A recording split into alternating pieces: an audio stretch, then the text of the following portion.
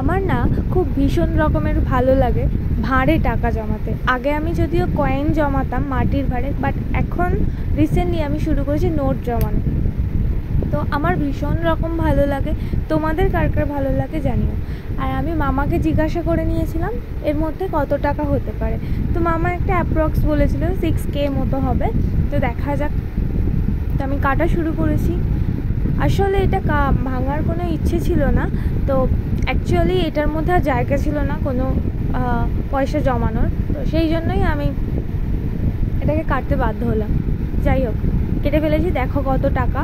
এটা আমার সারা মাসের, মানে 6-7 মাসের সঞ্চয় বলতে পারো। টাকা জমানোর উদ্দেশ্য ছিল এই টাকাটা দিয়ে আমি ভালো কিছু একটা কিনবো বা ভালো কিছু একটা করব। হতে পারে সেটা কোনো স্কিল ডেভেলপমেন্ট কোর্স বা কিছু কেনা, মূল্যবান কিছু, বা গোল্ড, ঠিক আছে। তো দেখা যাক কি করতে পারি টাকাটা দিয়ে। তো কিন্তু সত্যি কথা বলতে না, টাকাটা পেয়ে আমার আর কিছু করতে ইচ্ছা করছে না, মানে এই টাকাটা খরচ করতে ইচ্ছা করছে না। মনে হচ্ছে একটা বড় ভাঁড় কিনে এই টাকাগুলো ফেলে দিয়ে আবার শুরু করি টাকা জমানো। এই দেখো মোট আমার টাকা অ্যাপ্রক্স 6K, পুরোপুরি 6K হয়নি।